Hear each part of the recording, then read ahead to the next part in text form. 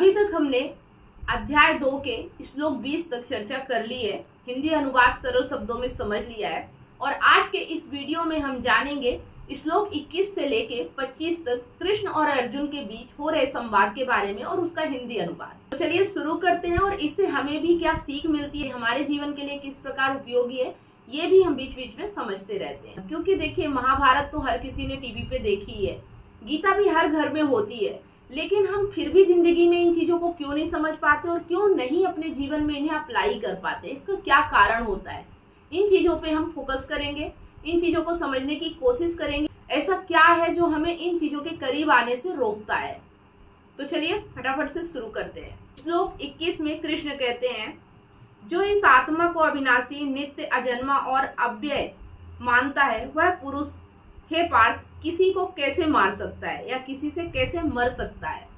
उनका कहना है कि जो इस आत्मा को न जन्मा मानता है न मृत मानता है, जब ये आत्मा ना तो जन्म लेती है ना मर सकती है, तो फिर कोई किसी को कैसे मार सकता है, कोई किसी का वध कैसे कर सकता है। और तुम ये क्यों कह रहे हो कि मैं वध कर रहा हूँ, इस चीज को समझो पार्थ। आगे उन्हें समझाते हैं श्लोक 22 में, जैसे मनुष्य पुराने कपड़ों को त्याग कर नए कपड़े धारण करता है, वैसे ही आत्मा पुराने शरीर को छोड़कर नए शरीर को धारण करती है।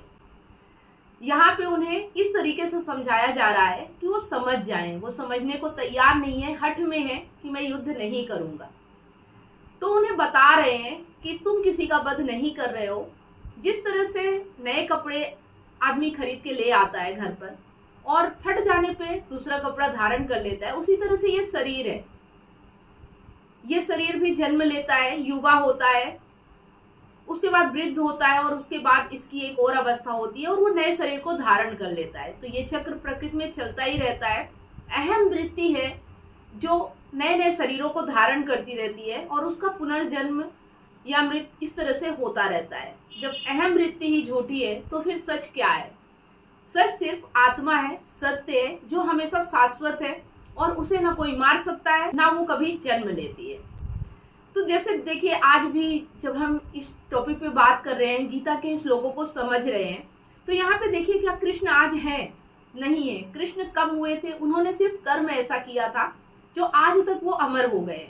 तो जो सत्य और जो आत्मस्थ हो जाता है वो कभी मरता नहीं है, और जो आत्मस्थ नहीं है, जो झूठ में जी रहा है, वो तो कभी जन्म लेता ही नहीं, उसकी कभी मृत्यु होते नहीं, वो तो है ही नहीं। तो फिर तुम किसको मार रहे हो? इस अपराध बोध से अपने को बाहर लेकर आओ और सच के लिए युद्ध करो। यही गीता के श्लोक में अर्जुन को समझा रहे हैं। और देखिए, अर्जुन को ही क्यों समझा रहे हैं? क्योंकि और कोई इतना विचलित नहीं है। दुर्योधन युद्ध करने के लिए तैयार है, बाकी लोग युद्ध करने के लिए मैदान पे आ चुके हैं, सबने अपने अपने धनुष चढ़ा लिए हैं, लेकिन अर्जुन है जो बीच में जाके देखना चाहते हैं कि वो क्या कर रहे हैं, वो किसके साथ युद्ध कर रहे हैं, वो किसके साथ है। ये उनके मन की दशा है, वो विचलित है। तो जो ये गीता होती है ना, ये आपकी मनोदशा को शांत करने के लिए होती है। जब हमारे मन में दुविधाएं आती हैं, जब हमारे मन में विचलन आता है कि हम क्या करें, हमें कुछ समझ में नहीं आता, जब हमारा मन हमसे ये सवाल करता है, जब बुद्धि और मन के बीच बहस छिड़ जाती है कि क्या करना चाहिए क्या नहीं। मन है कहता है, मन के अंदर मोह होता है, वो कहता है कि चाहे सही हो चाहे गलत हो, हमें ये काम नहीं करना है। लेकिन बुद्धि है जो कहती है जो गलत है तो गलत है, चाहे वो अपना ही क्यों ना हो, हमें सत्य के साथ चलना है। और इसी दुविधा में अर्जुन फंसे हुए हैं और जिनको कृष्ण निकालने की कोशिश कर रहे हैं, उन्हें कई तरह से समझा रहे हैं। और ये चीजें हमें भी समझने की जरूरत है इस गीता के माध्यम से। श्लोक 23 में कहते हैं, ना इसे शस्त्र काट सकते हैं, ना इसे अग्नि जला सकती है, ना इसे जल गीला कर सकता है और ना ही इसे वायु सुखा सकती है। ये जो आत्मा है ना, ये अमर है। आत्मा किसे कहा जा रहा है? कृष्ण को आत्मा कहा जा रहा है, सत्य को आत्मा कहा जा रहा है। और ये ऐसा है कि ना इसे गीला किया जा सकता, ना इसे सुखाया जा सकता, ना इसे काटा जा सकता है, ना इसे मारा जा सकता है। तो तुम किसको मार रहे हो? श्लोक 24 में कहते हैं, यह आत्मा अविनाशी, अजलाने योग्य, अगीला और असुखाने योग्य है। यह नित्य, सर्वव्यापी, स्थिर, अचल और सनातन है। ये हमेशा है, तुम्हारे मारने से नहीं मर सकती। तुम चाहो भी तो आत्मा को मार नहीं सकते हो। और जो आत्मस्थ नहीं है वो तो पहले से ही मरा है, उसको मारने में तुम्हें इतनी तकलीफ क्यों हो रही है? तुम तो सिर्फ दिख रहे हो कि मार रहे हो, मर तो ये पहले ही चुके हैं, ये जिंदा नहीं है। मतलब उनका कहने का ये मतलब है कि जो चीज आत्मस्थ नहीं है, जो सत्य के साथ नहीं है, उसका जीवन का कोई अर्थ नहीं है। इस शरीर का कोई मतलब नहीं है जब तक यह सत्य के राह पे नहीं है, जब तक इसका कोई मकसद नहीं है, इसकी कोई मंजिल नहीं है, तब तक इस शरीर का कोई मतलब नहीं है। और जो सत्य की राह पे नहीं है वो मृत समान है, वो मुर्दा है, उसको तुम क्यों मारोगे जो पहले से ही मरा हुआ है। देखिए, एक उदाहरण से समझते हैं। एक गाड़ी आपके पास है और उस गाड़ी में सारी खूबियां हैं, लेकिन सिर्फ एक खूबी नहीं है कि वो मंजिल तक नहीं जाती है। मतलब आपको जहाँ जाना है वहाँ लेकर वो नहीं जाएगी, बाकी उसकी बहुत कीमत है। तो क्या आप उस गाड़ी की कीमत देना चाहेंगे? वो आपको हर जगह भटकाएगी लेकिन मंजिल की ओर नहीं ले जाएगी। उसी तरह से ये शरीर है, अगर ये सत्य की राह पे चलता है, ये आपको मंजिल की ओर ले जाता है। जो अहम को मुक्ति चाहिए, अगर उसमें ये सहयोगी बनता है तब तो इस शरीर की कोई कीमत है। नहीं तो ये शरीर उसी तरह से है जिस तरह से हम फट जाने पे कपड़े बदल देते हैं, इसकी कोई कीमत नहीं है। क्या हम कपड़ों की वैल्यू करते हैं जब फट जाते हैं? तो जब तक वो नए रहते हैं, जब तक हमारे काम के रहते हैं, तभी तक हम उनकी वैल्यू करते हैं। उसी तरह से इस शरीर का भी है, जब तक हम किसी के काम आते हैं, जब तक हम सही रास्ते पे चलते हैं तो लोग हमारी वैल्यू करते हैं, लोग इस शरीर की वैल्यू करते हैं। और जब हम गलत रास्ते पे चलते हैं, कई लोगों को आपने देखा होगा जो चोरी करते हैं, जो रेप करते हैं, ऐसे लोगों का मर्डर करने से कोई भी नहीं हिचकता है।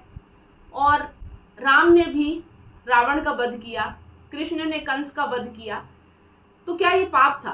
क्या ये गलत था? गलत को मारना पाप नहीं होता है। और यहाँ पे जो दुर्योधन है, ये गलत के लिए लड़ रहे हैं और अर्जुन सत्य के लिए लड़ रहे हैं। फिर तुम इतना शोक क्यों कर रहे हो? किसके लिए शोक कर रहे हो? जो पहले से ही मर चुके हैं। श्लोक 25 में कहते हैं, यह आत्मा अव्यक्त, अचिंत्य, सोच से परे और अविकार, परिवर्तन रहित है, इसलिए इसे इस प्रकार जानकर तुम्हें शोक नहीं करना चाहिए। तो जब भी हमारी दशा अर्जुन की तरह हो जाए कि हमें ऐसा लगे कि हमसे कुछ गलत हो रहा है या हम कुछ गलत करने जा रहे हैं, तो बस ये देखो कि तुम सत्य के लिए कर रहे हो या असत्य के लिए, तुम झूठ की जगह हो या सच की जगह हो।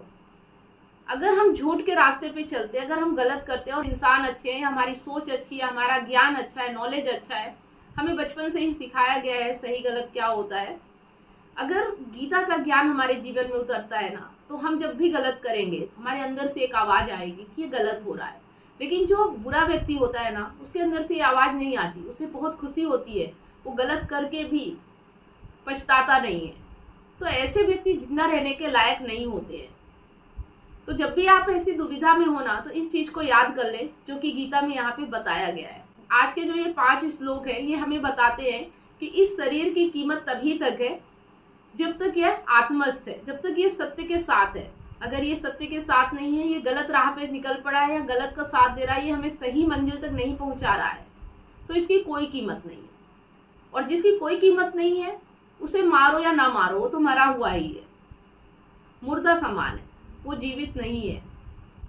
बहुत सारी ऐसी चीजें हैं जो गीता से हमें सीखने को मिल सकती है। इसी तरह से आप गीता के वीडियो में बने रहें और मैं इसी तरह से आप लोगों के लिए गीता के हिंदी अनुवाद सरल शब्दों में आप तक पहुंचाने की कोशिश करती रहूंगी। आप लोग सपोर्ट कीजिए, वीडियो को ज़्यादा से ज़्यादा शेयर कीजिए, कमेंट करके बताइए आपको कैसा लग रहा है। अच्छा लगे तो लाइक कीजिए, पेज को फॉलो और चैनल को सब्सक्राइब जरूर कीजिए। मिलते हैं नेक्स्ट वीडियो में, तब तक आप सभी लोगों को वीडियो अंत तक देखने के लिए बहुत बहुत धन्यवाद।